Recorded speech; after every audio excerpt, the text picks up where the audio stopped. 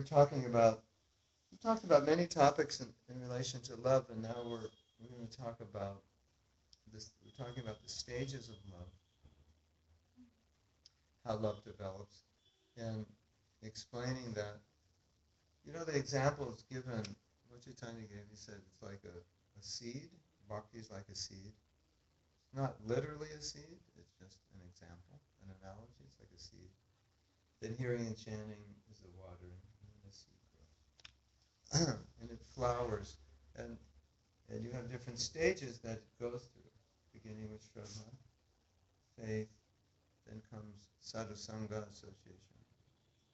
And then from that little faith you have, you want to associate with devotees, and then you see what the devotees are doing, and then you say, can I chant also, or can I do service? You want to do what they're doing, you become inspired by them. So the faith mixed with association brings a person to want to do some sadhana. So that's called bhajana kriya. So you're chanting, you're beginning to follow principles. And you could say when you're firmly established in some regular sadhana, that's more technically called bhajana kriya. This has become part of your daily practice, part of your life. And then what happens from bhajana kriya? Anartha nivritti. Artha means of value, anartha means which is not valuable, and nivritti means it ends. So things which are not valuable. This is a general name given to everything that's undesirable for pure bhakti. We call it anartha. Anger is an anartha, envy is an anartha, lust is an anartha, greed is an anartha. Anything that doesn't help you, anything that gets in the way, it's just a roadblock. Anartha is like a roadblock. Things you don't need. Like sometimes we travel and we take too much. Right? So these are kind of like anarthas in a sense. I brought too many clothes or too many things. I don't need them. My bag's too heavy. So it's just like anarthas weigh us down. But technically anarthas are forms of material contamination, material desire. So through bhajana kriya, the next stage is anartha nivritti. Gradually these anarthas become removed. And but you have to see everything on a continuum, because one idea is it just looks like each stage is a step. But looking at more like a ladder of there's many little steps on each stage. So anartha nivritti, when it gets to the high stage, it means that more anarthas are being cleared away. So nishtha is the stage where it said that the majority of the anarthas are cleared away. Nishtha means steady.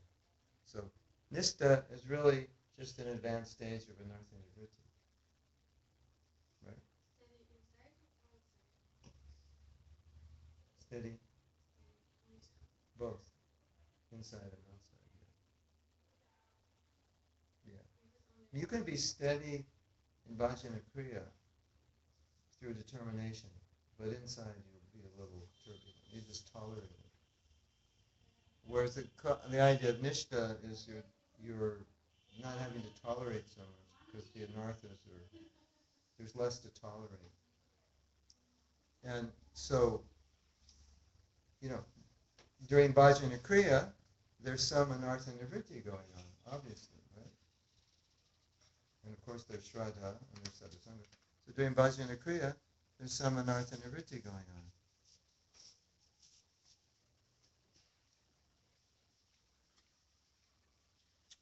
And during anartha nivritti, there's some nishtha going on. And during nishtha, there's some ruchi going on. Even there's some ruchi going on in bhajana kriya. So there's little seeds, or it's of development, but each stage is predominant. So when we say bhajana kriya, that means what's predominating is you're beginning to do devotional service, but anartha nivritti is not really happening. So bhajana kriya means there's a lot of anarthas, but you're tolerating them. And so you're tolerating them enough that even as a young devotee, you can follow and you can chant, but you may not feel like it so much because you have a lot of material desire. So bhajana kriya means just you've decided, you have faith, you have a lot of determination, you have a lot of tolerance. So Nectar Devotion says be enthusiastic and be patient and be tolerant and associate with devotees, avoid non-devotee association. That's what you have to do at bhajana kriya. That's your main strength at bhajana kriya is your own determination, your own faith, right? Because bhajana kriya means it's not anartha nivritti. It means you have all these anarthas. So you have like contradictory things are going on. Like you come to Vrindavan and Jai Jai Hari Bol, and then you go back to wherever, and it's like, what happened? I thought I was liberated. And then you realize, or there's still, maybe I'm evolved more than when I came. So what happens in Krishna consciousness is that within bhajana kriya, there is some anartha nivritti, there is some nishtha, there is some ruchi, there is some asakti, which is attraction, there is some bhav, which is emotion. But it's more flickering. It's not a stage. It's just the stage you're at is bhajana kriya. Mostly what you're dealing with is anarthas that you're trying to overcome. But it doesn't mean you can't experience these higher stages. It's just they're more flickering. So when you get to the next stage, that becomes more prominent. That's now when I say I'm on the stage of anartha nivritti, I can feel now these anarthas are going away. You experience that. It's not such a struggle as it was before. I'm not so crazy as I used to be. I'm more controlled naturally without having to tolerate it. It's just more natural. I'm not as disturbed. So it's getting clear. So if we look at it, as I say, as a continuum, like a ladder, then so in the beginning stages of anartha nivritti, there's more anarthas. In the higher stages, there's less. When anartha nivritti becomes sufficient, it's called nishtha, because nishtha means steady. Well, why would you be steady? You'd be steady because you don't have anarthas. Because anarthas is what makes you unsteady, right? Isn't it? Yeah. Well, each stage is easier than the last stage. So nishtha means, according to the Bhagavatam, nishtha means that the best way I could say it is like you hurt your knee and it's hard to walk. But now you're in Vrindavan. Vrindavan means parikrama, you have to walk. Right? So you really want to go on parikrama, or maybe today's Govardhan Puja and you're thinking, tonight I plan to go to Govardhan and do parikrama. Now my knee hurts. But you're thinking, I'm just going to tolerate it. So what did the doctor say? He said it's okay to walk on it. It's just bruised. It's not going to hurt to walk on it, but it's going to hurt you. So you think, okay, I'm going to tolerate it. That's like bhajana kriya. It's like, just tolerate it. Right? Yeah. So, and anartha nivritti is like, oh, I can start to feel the pain's going away. It's not bothering me so much. And nishtha is, I'm aware that I hurt my knee, but it really doesn't bother me anymore. But I'm still aware. It's not completely healed, but really, it doesn't bother me. So nishtha is that stage where even if you have some anarthas, there's not enough energy in them to really deviate you from Krishna consciousness. At the stage of bhajana kriya, there's energy in the anarthas. They bother you. Now, if you're very absorbed in Krishna consciousness, they'll bother you less because you're diverting your mind and attention. But it's not like when you go home, everything will be okay. At the stage of nishtha, when you go home, everything's okay. You have a bad day, you get up late, you're still not going crazy. In the stage of bhajana kriya, you have a bad day, you feel it very strongly. On the stage of nishtha, you have a bad day, you don't really feel it so much because because you're basically, the way Bhagavatam describes is on the stage of nishtha, you're in the mode of goodness. If you're in the mode of goodness, you don't feel the pushings and pullings. But in bhajana kriya, you're battling with the modes that you came to Krishna consciousness with. So when you don't get up, you don't chant good rounds, you don't do this. You feel those modes, isn't it? It's like, wow. But when you're nishta, when you're getting there, the frequency of those lust, anger, and greed is either eliminated or it's reduced so much that it's just like a little something in the knee and you kind of forget about it, and then you come home and you go, oh, it's still there, I didn't notice. So it doesn't inhibit you. You can walk, you can run, you can climb stairs. You will feel something. And a lot of times you won't feel anything. So maybe when your knee is hurting, the doctor says you have to do these exercises. But at Nishta, if you don't do the exercises, it doesn't bother you. But at Bhajana Kriya, if you don't do the exercises, it will bother you. Of course, you have to do the exercises to heal it. But at the stage of Nishta, if you don't do it for a while, it doesn't really bother you because it's mostly healed. So you go from anartha nivritti, as you're going up the continuum, more and more material desires are reducing in their frequency, more desires are being eliminated. And then nishta means sattva guna. So passion, lust, greed, anger, all these things, they're in passion and ignorance.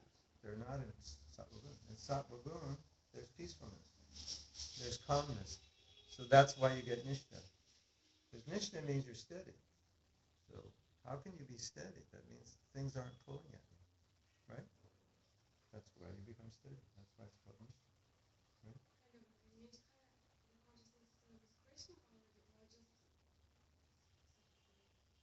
Both. But no. Each one of these stages is the seed of bhakti is sprouting more. So there's more love, but it's not love technically. It's sprouting love. So there's more Krishna and less Maya. So as you go through each stage, more Krishna, less Maya, right? And love is sprouting, but it's not pure yet. Love is not pure. Because on these stages, even on the stage of Nishta, there's still some material desire. It's there in your mind. It comes sometimes. Sometimes you become envious of another devotee who's more successful. But on the stage of Nishta, it's not such a problem. It just comes and it's stupid. It doesn't really grab you by the neck like it will on lower stages.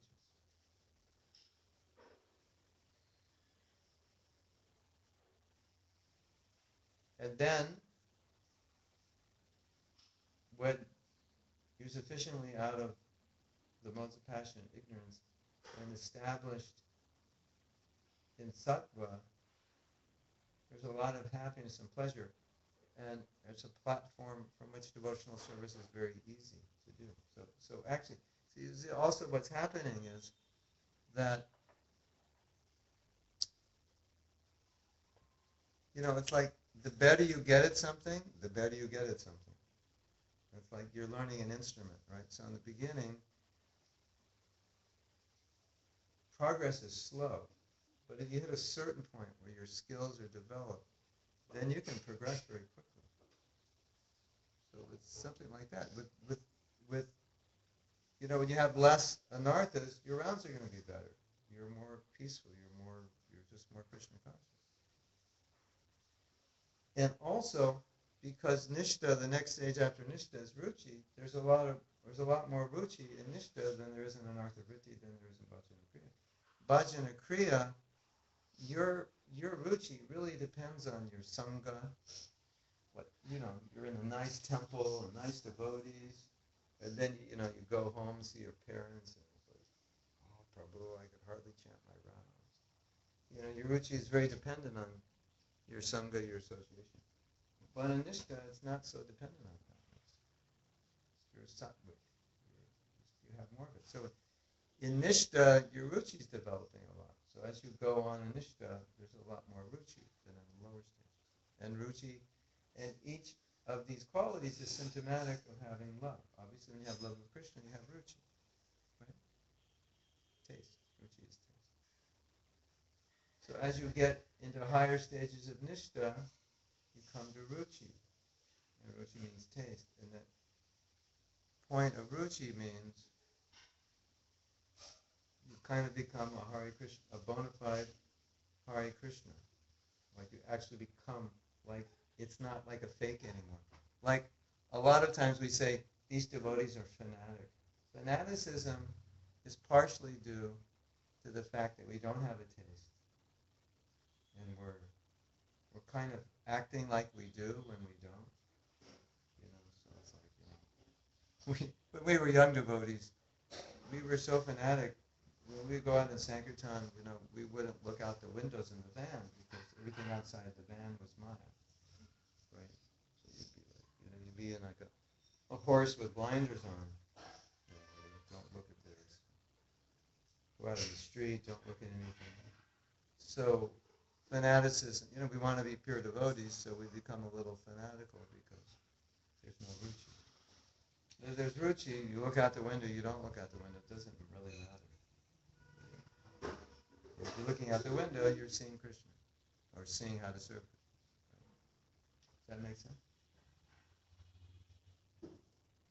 So it's said that ruchi is the position from which your Krishna consciousness takes off. Because until you have a very strong taste for devotional activities, there's always this negative inertia or negative energy that you're dealing with. Oh, I don't feel like this. And then you go to a class and you say, "Now I'm inspired. That was a great class." Because you weren't inspired before the class. Because if you're on stage of ruchi, the class would also inspire you, but not in the way that sometimes we mean it, that I'm inspired. Like we say, well, that was really inspiring.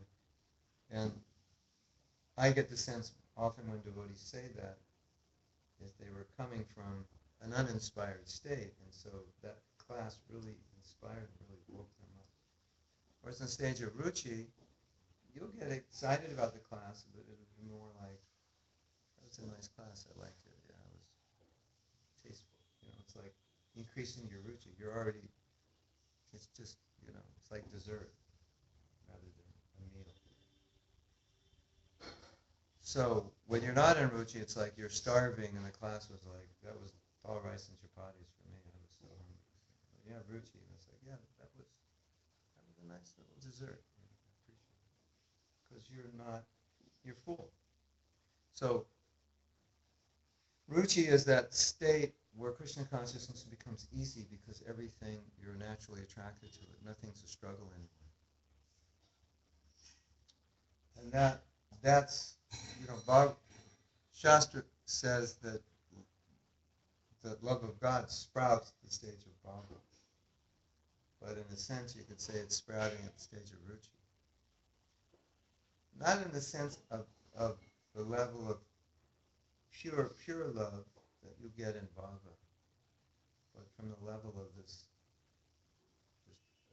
taste that you're getting. And the taste is so great that material things are not tasteful. That's just what happens. It's like, sometimes devotees, they say something that's quite interesting. They say,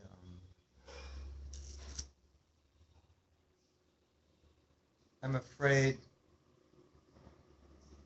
of detachment, or I'm afraid I'll become too detached, or, I don't know, if I become too Krishna conscious, maybe I'll become like really detached, and then maybe I'll become so detached that I can't even handle my own detachment. But I always tell devotees that's a mathematical impossibility. Because detachment can only come from taste. So if you're afraid that you become so detached that you can't handle it, that would be artificial attachment. That would be like fanatical detachment. You're forcing yourself to be so much more detached than you actually.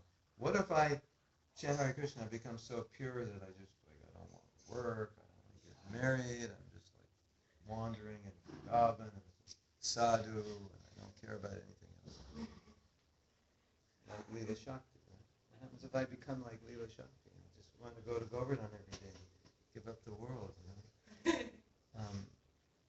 Like you see devotees, and they're very renounced and detached, and they don't have much, and you think, oh, I couldn't live like that. He just lives in a little room in Vrindavan, eats simply, and sometimes devotees, it frightens them.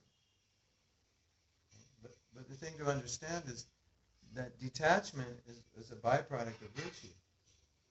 So if you had that ruchi to live that way, it would be natural. So there's nothing to be afraid of because you could never live that way unless you had that ruchi, unless you just got so fanatical and you were trying to, like, um, and Prabhupada's godbrother once said, Vaikuntha breakers. You're like trying to break into Vaikuntha and you're not qualified.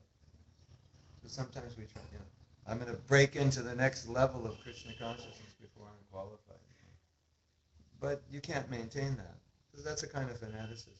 Like I'm going to achieve a higher state than I'm on. But in a normal state, detachment will come from ruchi. And if you have that ruchi, the detachment would be natural. And therefore, you wouldn't be afraid of it. Because it's like you're a little kid and thinking, I don't want to grow old. Why? Because then my toys won't be, I won't be interested in my toys anymore. And adults are saying, no, it's okay. You'll be interested in things better than toys. No, but I like my toys. I can't imagine living without my toys. It's something like that. You say, no, when you get older, you'll be interested in other things. You won't be interested in your toys. No, I'll never give up my toys. Right? No, but the parents know when you're older, you will give up your toys. Right? So it's the same for us. That when we advance in Krishna consciousness, that naturally you'll come to this stage of ruchi.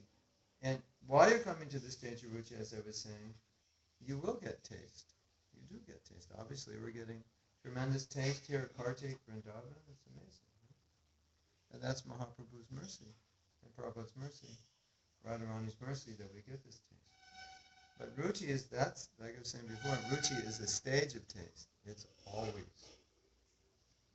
Like you imagine, you come to Vrindavan and like certain foods taste good. And then you leave Vrindavan and they don't taste good anymore. What happened? It tasted so good. Oh, it's mercy. You had ruchi. You had taste. Now you go back. Oh, it doesn't taste like it did in Vrindavan. I must have been in a different consciousness. We have that experience with japa. We're chanting good japa one day. It tastes really good. And then we chant another day and it doesn't. And we're trying to figure out what happened. The same mantra I was chanting yesterday. It doesn't taste the same. Well, in the stage of ruchi, it always is going to taste good. Yes? You understand? Question?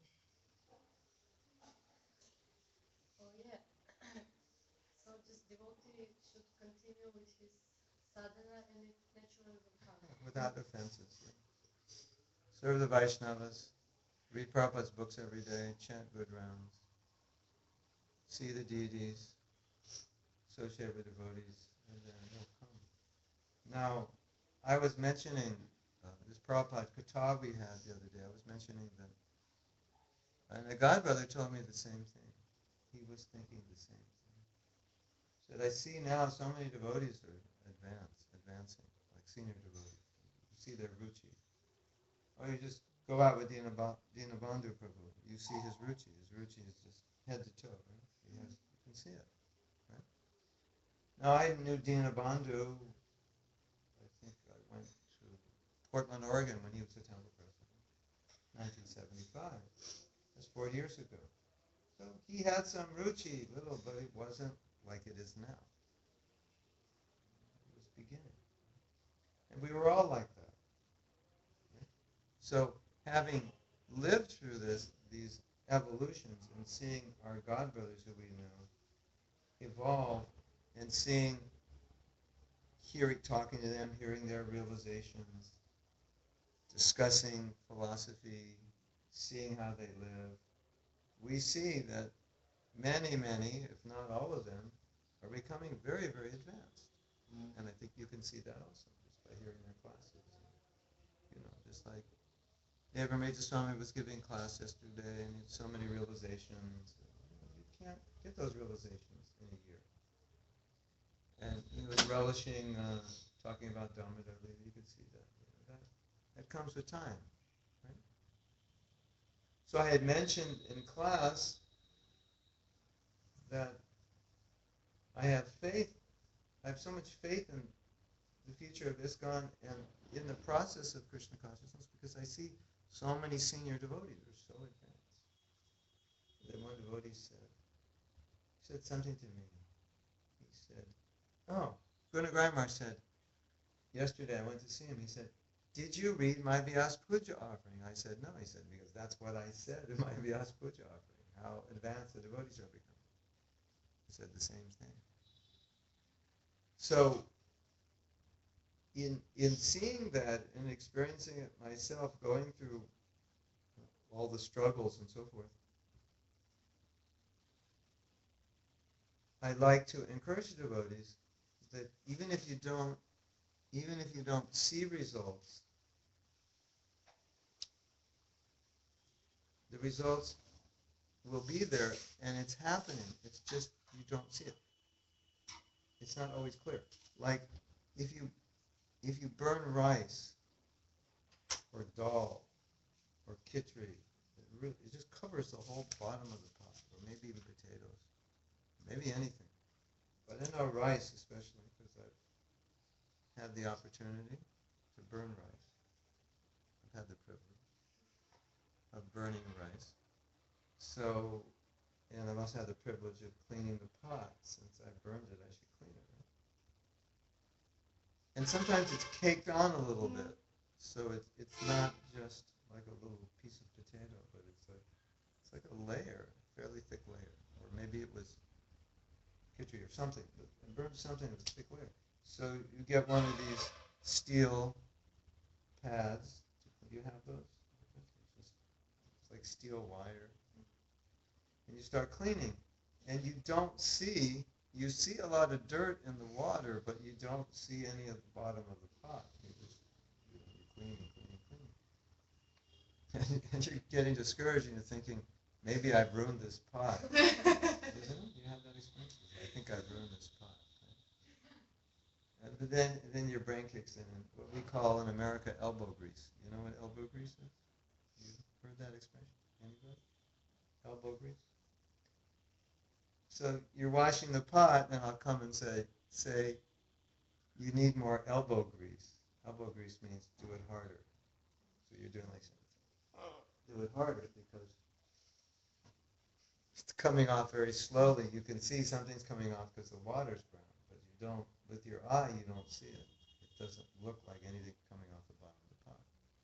So give it more elbow grease means do it harder, more force, because it's just you and this brush, and the brush is going to work as hard as you press it, right? So you do it, and at some point you see a little bottom of the pot. You go, oh, okay, there's hope. And if you keep doing it, at least my experience, you can get every brown spot off the pot if you do it long and hard enough.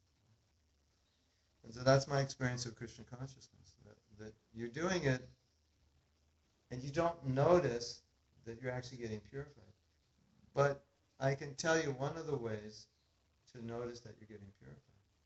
Anytime you get any realization, or anytime you experience any insight or any pleasure or anything exciting in Krishna consciousness, that means you've been cleaning the pot. Because if you're not cleaning the pot, you're not in a position to be pure enough to experience that realization or experience that happiness. If you just go into kirtan and you feel something, that's because of all the devotional service. Now you might say, well, before the kirtan I didn't feel much, and an hour after the kirtan I don't feel much. That's because of the level you're on, whether it's bhajana kriya or nartana vritti. That's the level that you live on. But even though you live on that level, because you're doing this devotional service and a little bit's being clean, at least your heart is fertile enough that when somebody comes along and puts a seed of an ecstatic kirtan, an ecstatic class, or just Krishna inspires you from within with some realization, it's because all those services and chanting, everything you're doing is fertilizing your heart so that when a seed does drop, something comes. But that's one of the ways you know that the process is working. It's just that I'm not on this level where it's constant. You understand? That's where we get confused. Well, it was so blissful, and now, I was thinking I was like finished with Maya, and then I find myself, in Loy Bazaar buying saris. Like what happened? I was dancing the kirtan. The next day, I take all my money and buy saris and earrings. It's like, what happened? Why am I doing that? Because that's just who you are. That's your conditioning. That's who you are. It's not good or bad. It's just that's who you are. But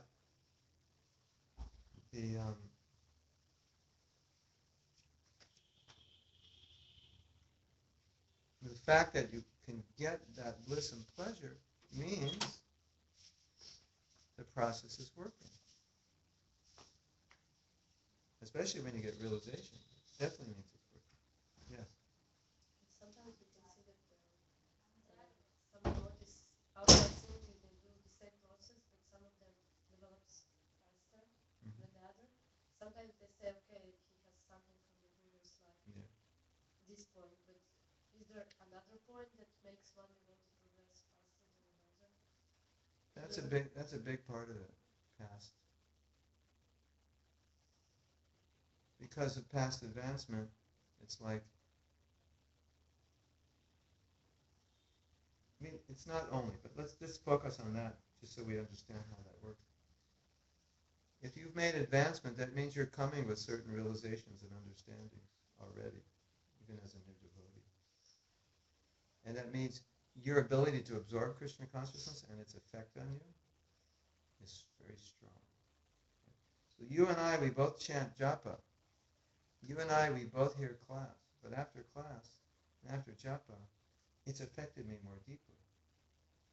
Because I was already evolved. So it's like my heart is more fertilized. It was fertilized in my past life. So naturally, my chanting, my hearing, I read. Have you ever seen this? You read something, another devotee reads something, and they have this amazing understanding of it, and it's affecting them in a different way than it affects you, and you think, I don't know if I'd ever have that realization my entire life. I just heard this, I was saying in the Prabhupada Katha, I heard this class by Godbrother named Rameshwar Prabhu about Sankirtan, and he was sharing his realizations, and he gave the class recently, maybe last year, maybe this year, in Los Angeles.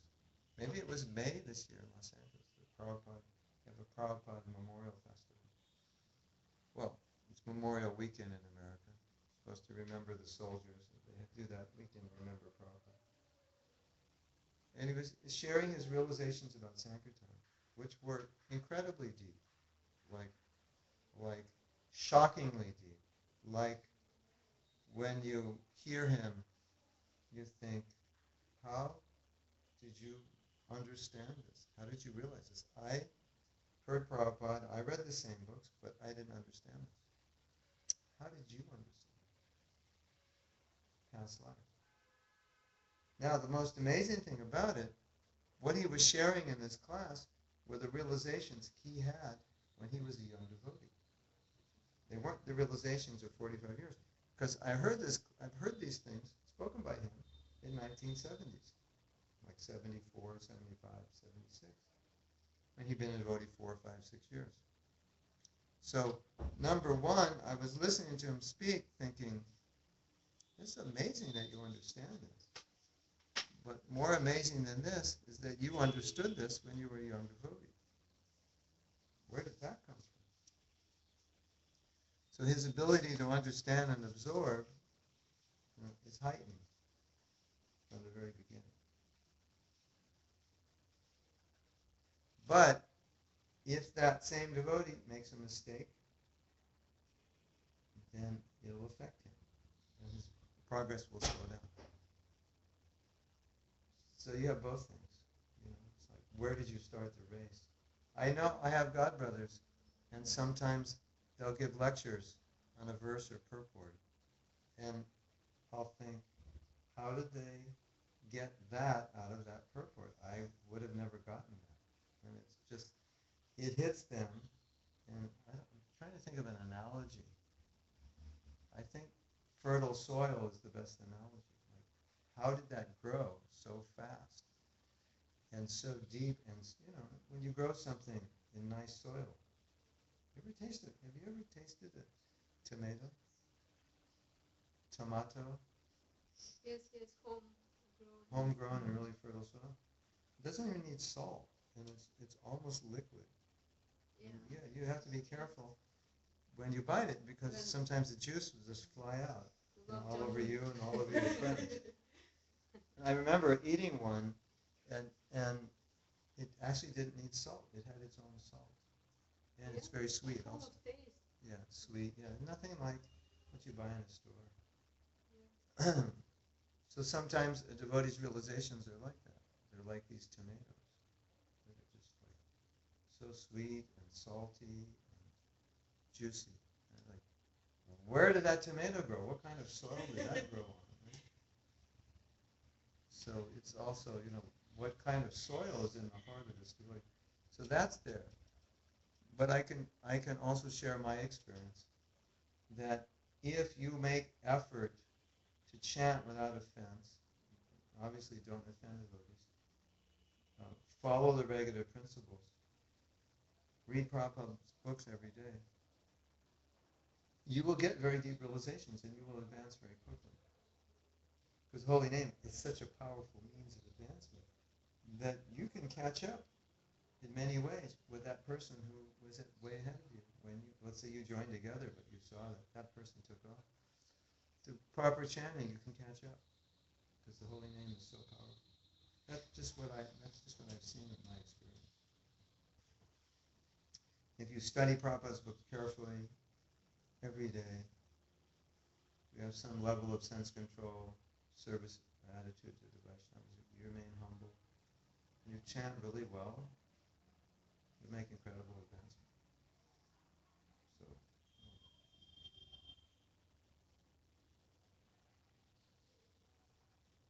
So that's both sides of it. And someone could come very advanced and give up devotional service. But then you could just keep going. But Prabhupada said, all of us who chant 16 rounds and follow the regular principles, he'll take back to Godhead. So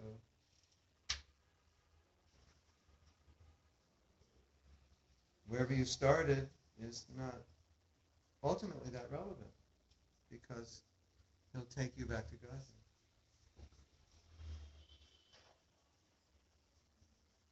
That's pretty good, right? But it doesn't mean that you go to Goloka to Krishna. You can go to Vaikuntha. It's not that actually. You won't go to Vaikuntha. Yeah.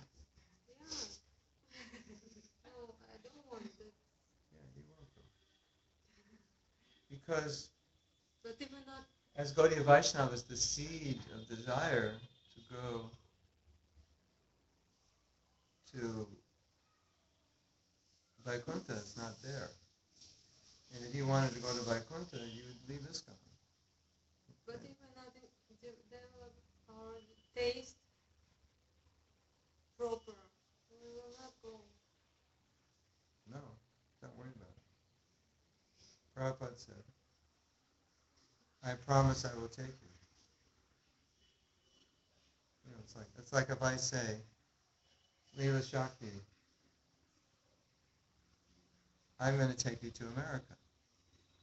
And Leela Shakti is thinking, Mahaprabhu can't afford to take me to America, and he can't afford to take care of me when I'm in America.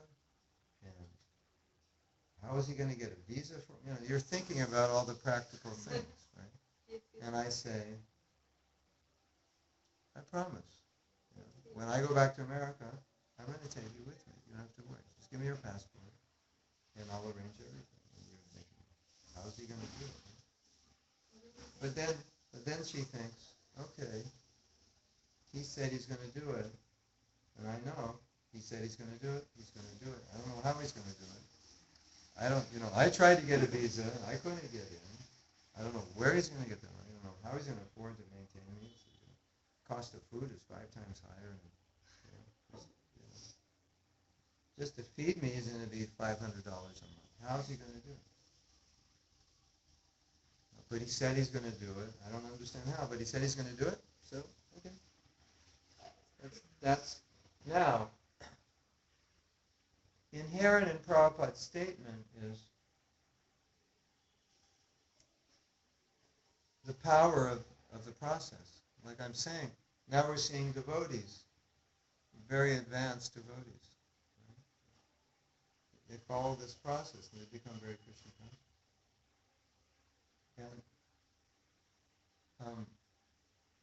we just heard a pastime the night the ladies were speaking.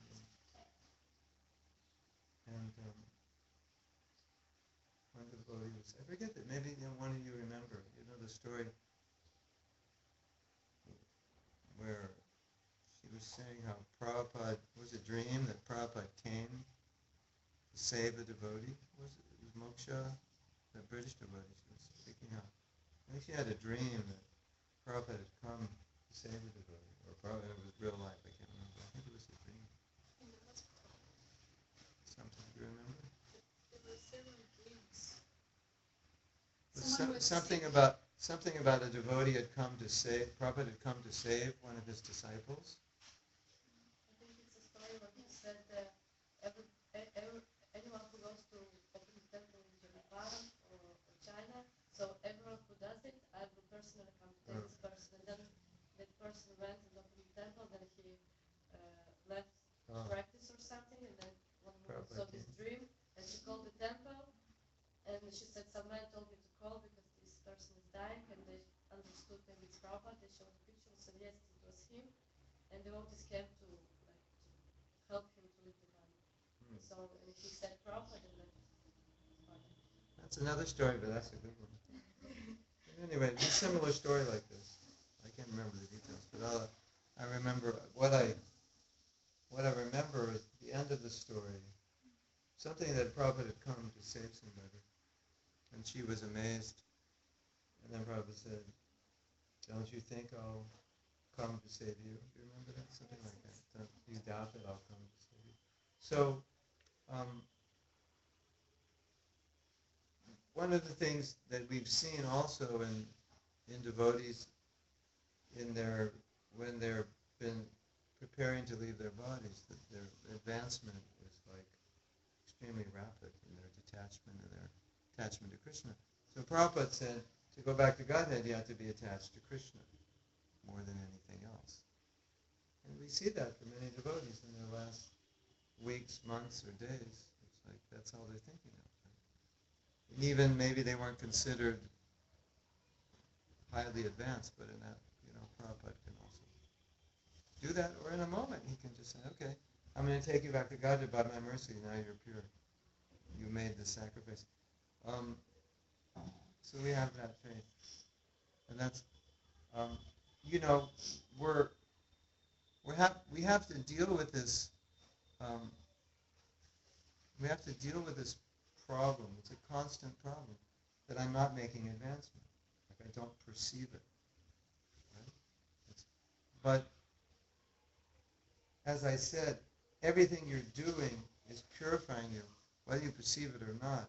And it has its manifestation when you experience Krishna consciousness, when you understand something a little more deeply. Even if someone else explains it to you, and it's their realization, but that realization moves you, that's because your heart's in a place where it could be moved. That's because of all the austerity and the chanting and everything you've done and all the prakrimas you've done. And, you do a prakrama, you come home and you say, still, I have no love for Krishna. Prabhupada, people would say, well, Prabhupada, it takes so long. And Prabhupada said, it only takes one life. We're thinking, well, I've been a devotee for 5 years and I don't see the result. And Prabhupada's saying, no, it takes a whole life. And then, when you're young, you're thinking, well, a whole life, that's 50 more years, that's a long time. And Prabhupada's saying, it's not a long time. It's nothing. It's only 50 years.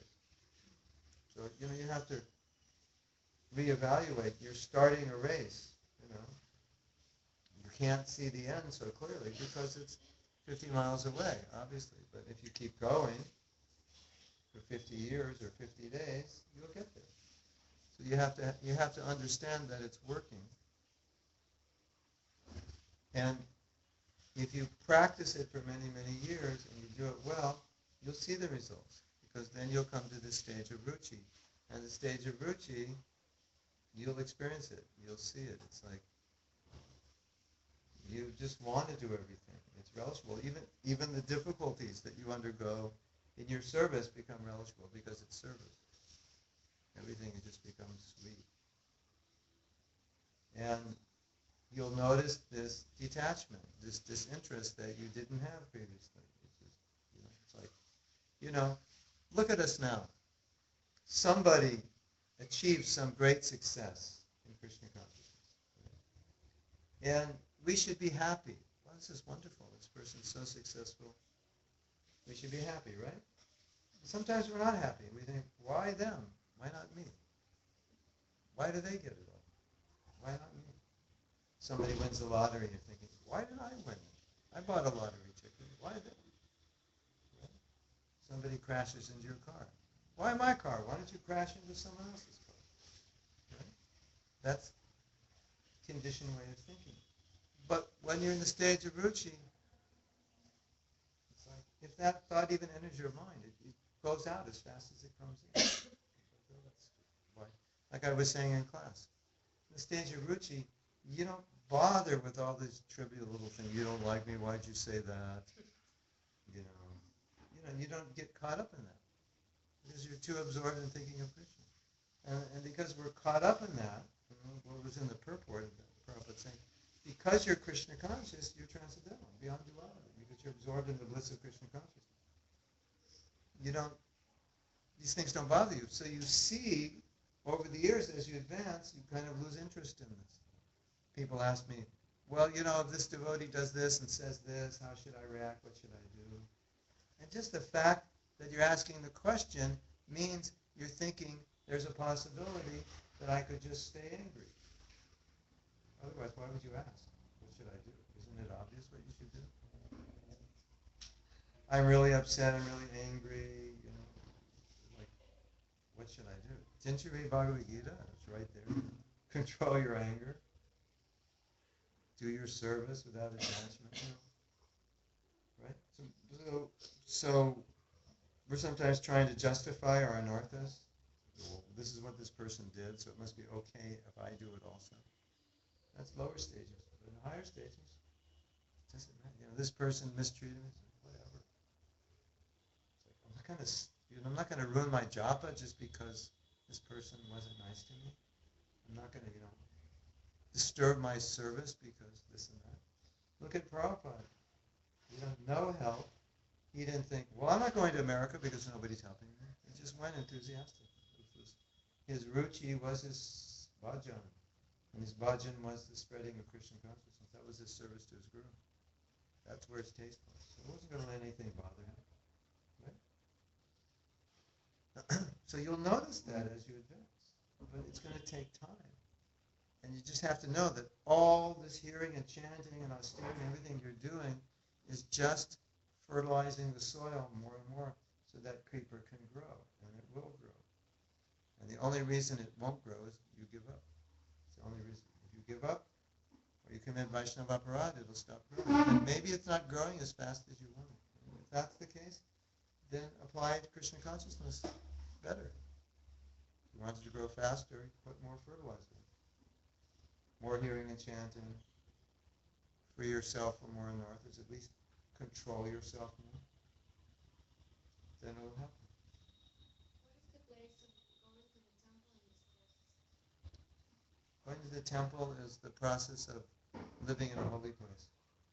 That's the 5 most important items of bhakti. One of them is to live in a holy place. And also worshiping the deity or worshiping Tulsi, because the temple is deity worship. And when you see the deities, that's also deity worship. Even if you don't do it personally. seeing the deity, seeing the artik, that's deity worship also. So going to the temple accomplishes two of the five main processes. Well, actually, in a sense, it accomplishes all of them. Because when you go in the temple, you can hear class, and you can chant, and you can associate with devotees, and live in a holy place, worship the deity. So you do it all at the temple. But technically speaking, you could say going to the temple is association, or you can say living in a spiritual place.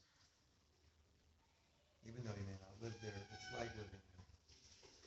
But pretty much when you go to the temple, you get all the five main processes. Right? So the devotees say, Prabhupada set up the morning program, that we would do the five most important things. Worship the deity, live in a holy place, hear Bhagavatam, chant Hare Krishna, associate with devotees, and you do all those things in the morning. Right?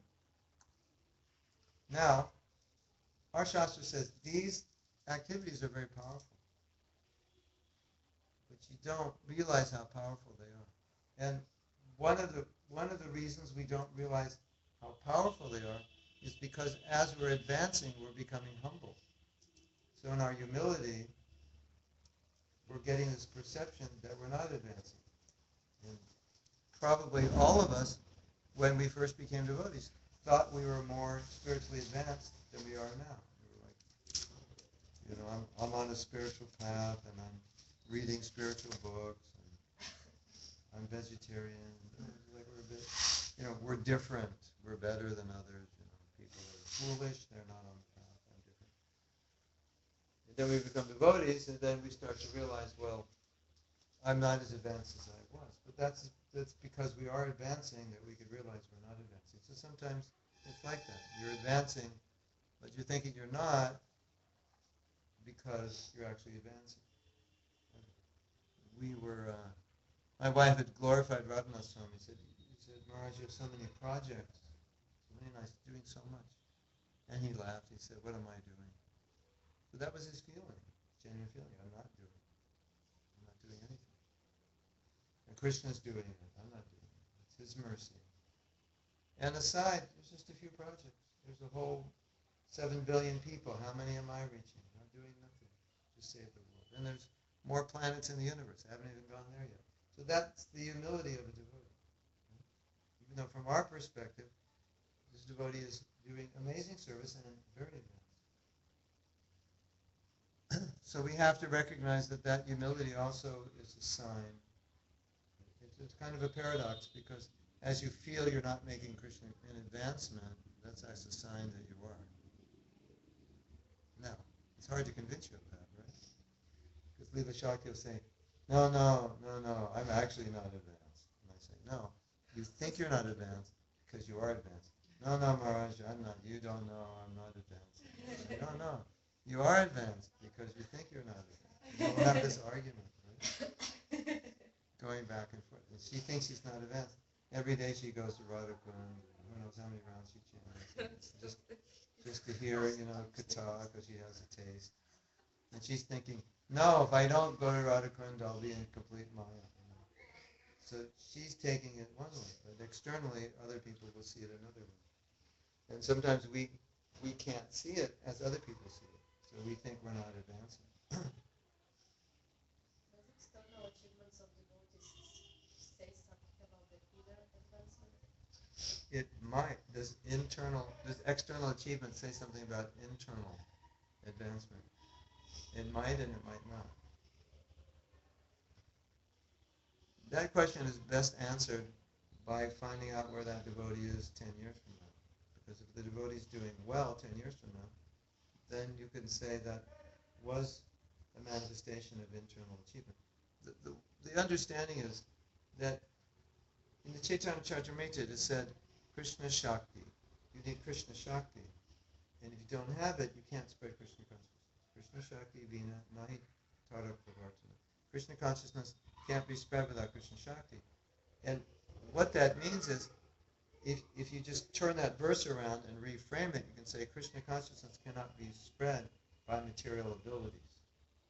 Because if you have material abilities, but you don't have Krishna consciousness, material abilities can externally do things, but it can't infiltrate the heart of people and change them.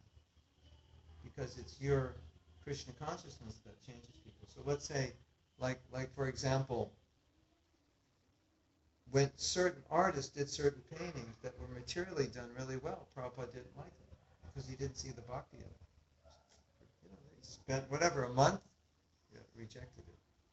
There are many paintings he did, rejected. He said, why are you painting like this? There's no bhakti. You're just trying to do it materially perfectly and it doesn't have the mood.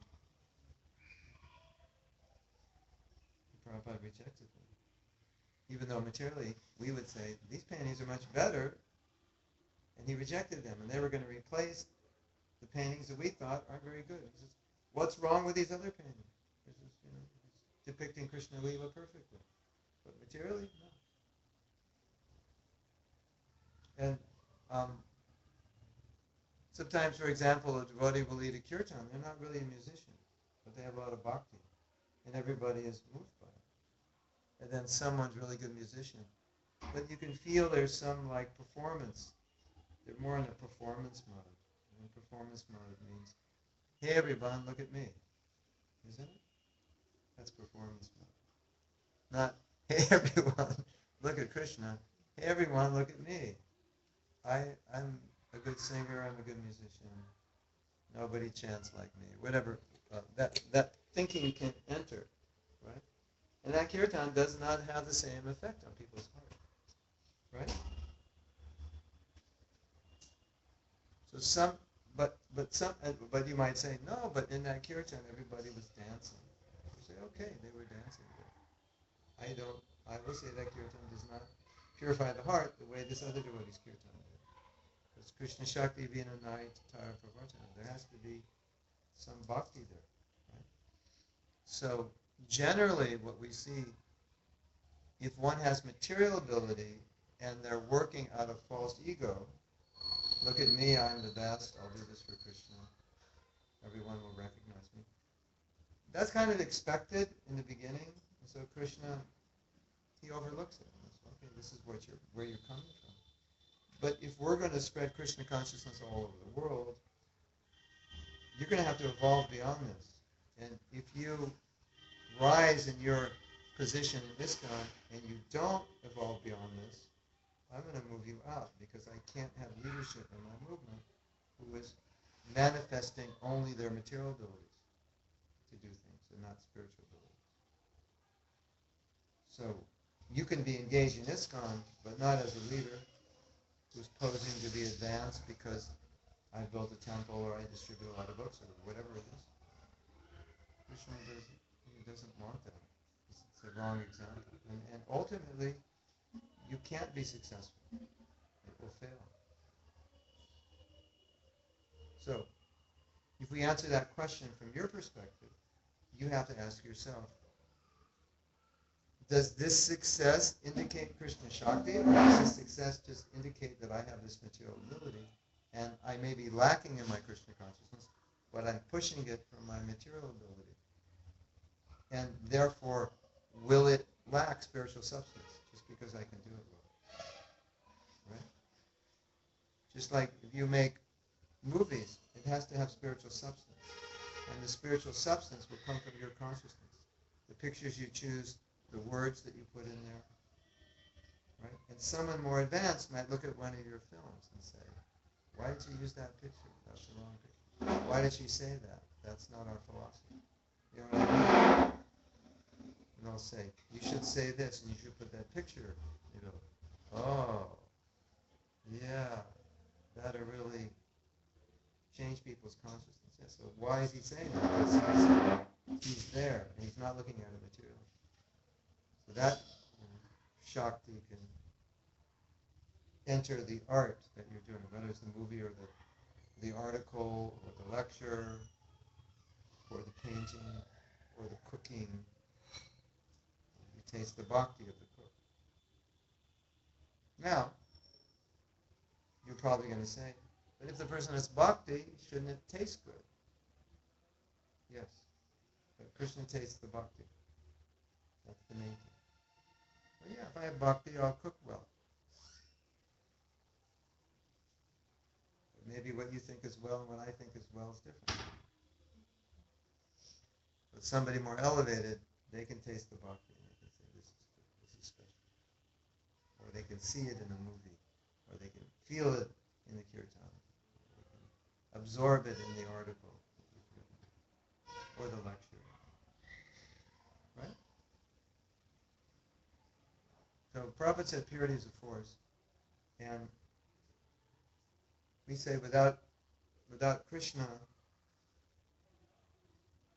power, you can't spread Krishna consciousness because it's not a material movement, right?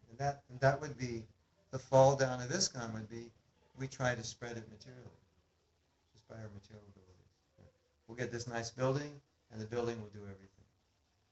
No, building is nice. Building is a facility. But the building can't spread Krishna consciousness. We're the ones, the purity of the devotees do. Now, if we have a nice building, more people will come, for sure.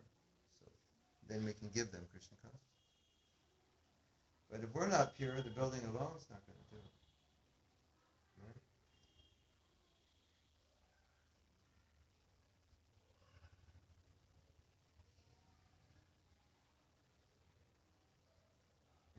It's always like, there's always, not always, but often, there's going to be this dilemma between purity and material perfection.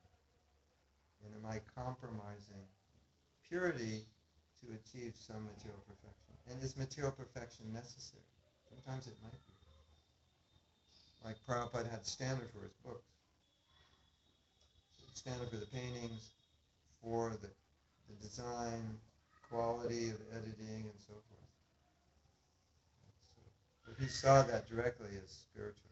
It wasn't like material perfection versus spiritual purity. It was the same thing. You know, standards for deity worship, they're not material standards, they're spiritual standards. But sometimes there's this dynamic of trying to do something materially perfect, but not coming from the spiritual consciousness and thinking if I get it materially perfect, then it's success. And I might have either not been in the right consciousness or compromised my consciousness to get it to that level. That will not, we won't be successful that way.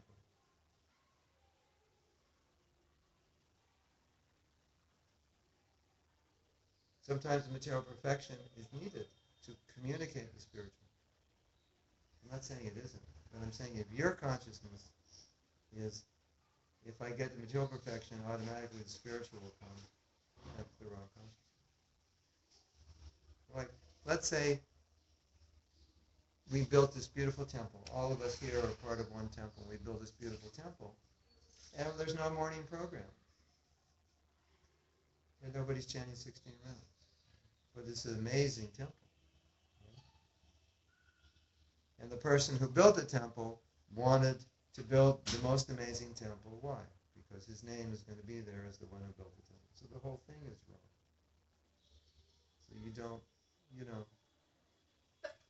you don't spread Krishna consciousness because of material ability. And a lot of times Krishna gives you material ability when you're sincere. And then you outperform yourself because of your sincerity. That's directly spiritual. Yeah? Does that make sense? Anyway, it's something, it's something that always exists.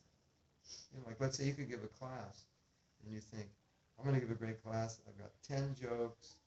I'm going to do a skit. I'm going to do interactive. And materially it was great, but spiritual substance, people walk out and they were really entertained and inspired for a while. But after it there was nothing there. Well, actually, I didn't really feel much. It was, but from your perspective, you might think, hey, it was a great class. Everybody was happy. They liked it. You know what I mean?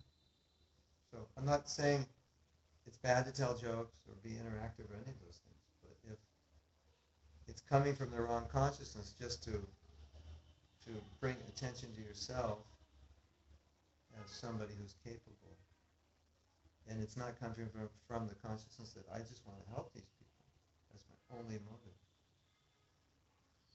then that's wrong. And if that's your only motive, even if there are no jokes and it's not interactive and it's not clever and this and that, but the purity of it will communicate through all of that. And materially, it's not so good. Just like I tell this story that Rupanuga Prabhu was an early devotee. He had heard um,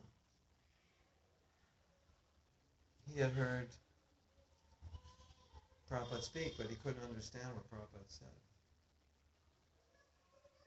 And then he became a devotee. Isn't that interesting? He didn't speak English. The English, Prabhupada's accent, he couldn't understand. He's an American, but he couldn't understand Prabhupada's accent. This was early when Prabhupada first came. And I also had, when I first heard Prabhupada, I had a really hard time understanding. All the devotees would listen to his lectures. But then we adjusted. And once we adjusted, then we didn't have any problem. I never had a problem understanding Prabhupada. But before I joined, when I first heard, I did. So he didn't understand anything. And then he decided to become a devotee. Isn't that amazing? So what was happening? You could say, you have to do a lecture this way, and you have to have a blackboard, and you have to, wear a suit and tie and stand up. And I'm not saying any of those things are bad ideas.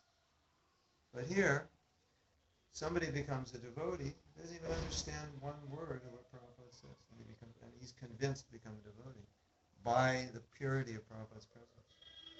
That what was carried from his consciousness in the words that he didn't understand was enough to convince this person that I want to follow this guru. Isn't that amazing?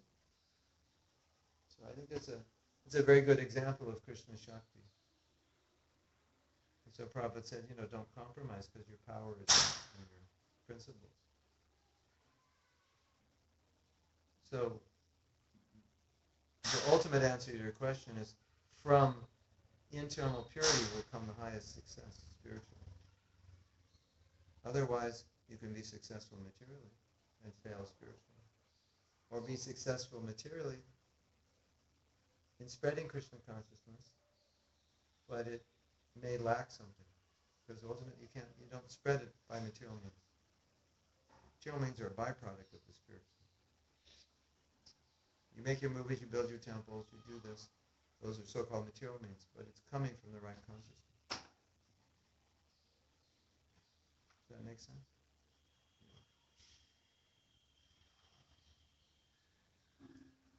I mean, Prabhupada shows that. One pure devotee shows up in America. No really facility. And then boom. It's like we can form a bhajan band. We get great musicians. We do great kirtan. But Prabhupada always said, the real thing is your purity. Because that's what will attract. So does that mean we don't have great musicians? We don't, we just get anybody, bang, bang, bang, and they can't sing on key? Not necessarily, but theoretically speaking, they would have a better effect in spreading Krishna consciousness if they were pure than this amazing band who was impure. Because the effect the band would have would just be temporary. And it wouldn't go deep into the heart. People would just enjoy it. I remember it was a really horrible experience I had in San Diego in the 80s. We had a little band together, kind of spontaneously put it together, and we would do, after the Sunday feast, after we take prasadam, we would do kirtan. So we had a guitar, and I think drums, or some kind of electronic drums, and I had a keyboard. So, I have a little background in like rock and roll, so we do, mellow kirtans, but a little bit of that mood of rock and roll. And there was a devotee that played guitar with us, who's, I think, one of the best guitar players in the three worlds. He's like amazing. So when he plays, it's like it takes it to a different level, at least materially. And then some of the people who were chanting the kirtan, I could see they were getting aroused sexually by the kirtan. You could see how they were dancing like this and dancing with one another and rubbing up against the bodies of their girlfriends. And I'm looking at this going, this is sick. My kirtan is making people, is arousing their sexual desire. And I could understand it was just, it was like the music, the mode we were in. We weren't communicating it clearly. But material, like if you heard the recordings of that kirtan, you'd say, wow, this is really nice. I like it. But you're devotees. But for non-devotees, the purity wasn't coming through because it's like we were in our music mode. Does that make sense? Yeah. So, and when I saw that, I thought, okay, we have to really be careful that it's not about the music. So Prabhupada said, we're not musicians. They wanted, Prabhupada made an album. They wanted this cover picture with a mridanga, leaning on a mridanga, like if you're a guitarist, you'll have your guitar, leaning on your guitar. So lean on your mridanga.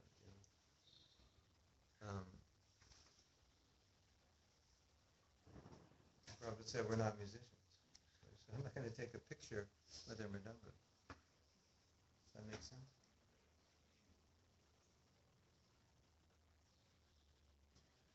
So he really stressed the purity. That we're not performers. We're not artists. We're not cooks. We're not temple masons. We're bhaktas, and we're using that to express our devotion. So if that comes across, we're successful. Now as an artist, materially, it's got to be a certain way to come across. So that's why we choose the best people to do kirtans, because it makes it easiest for people. We don't want anyone to play kartals who plays upbeat. We don't want someone to play mridanga who can't inspire people with their mridanga playing to dance. We don't want someone to sing who can't keep a tune and nobody can follow. So, but that's not just the focus, the material perfection. So if you do your movies, it's not the material perfection, it's the spiritual essence of it. And then if the material perfection is a manifestation of the spiritual essence, then it's perfect. If it's a manifestation of your false ego, then you fail. And it's not going to communicate. And Krishna might go, forget it. This one, nobody's going to like it. I don't want to make you successful. Because you did it for the wrong reason. Right?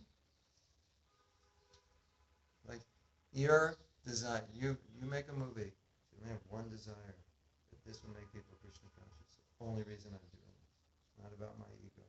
It's just to make people Krishna conscious. I want to bring people into Krishna consciousness. That's my only movie. And everything I do, every scene I film, every picture I use, the music I use, every word, everything, I'm just thinking, will this help people come closer to Krishna? That's perfect. Then you're in Krishna consciousness. That's it.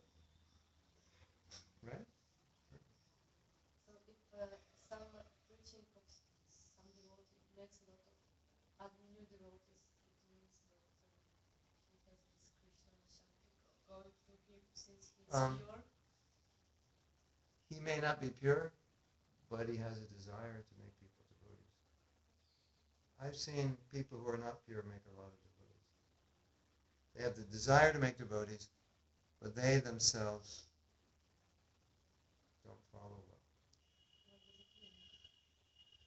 It means that they want to spread Krishna consciousness, but they themselves can't follow the very thing that they teach other people to. So they bring people to Krishna and they hand them over to somebody who can help them. That's what it means.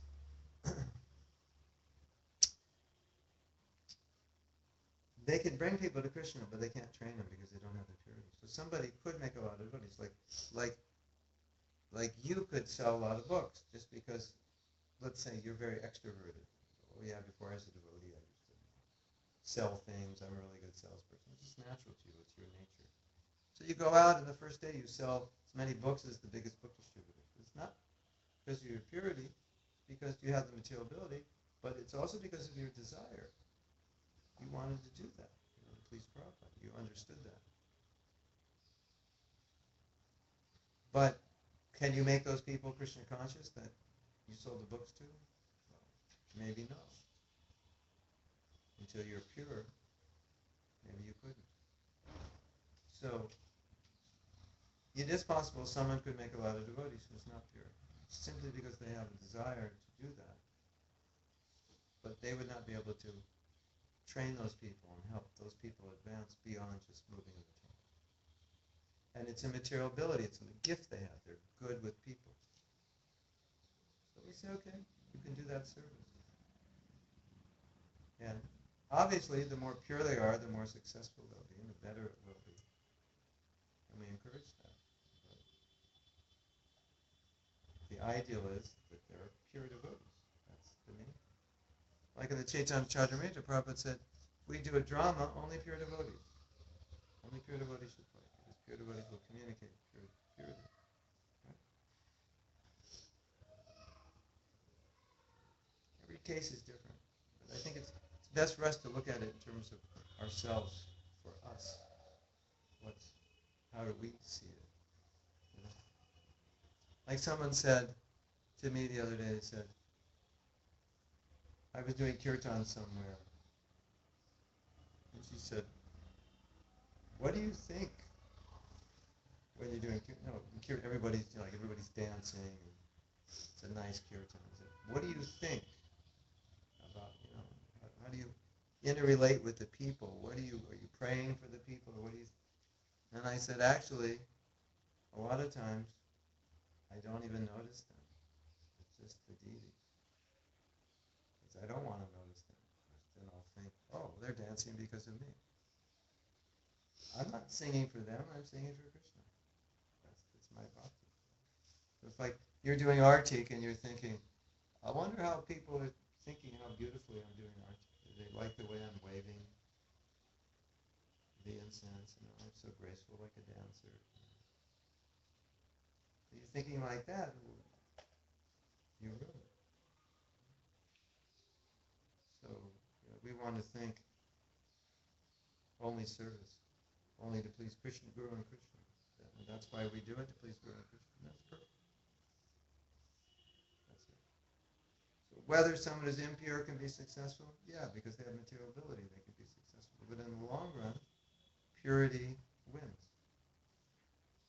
Because unless there's purity, it's not going to touch the heart of people.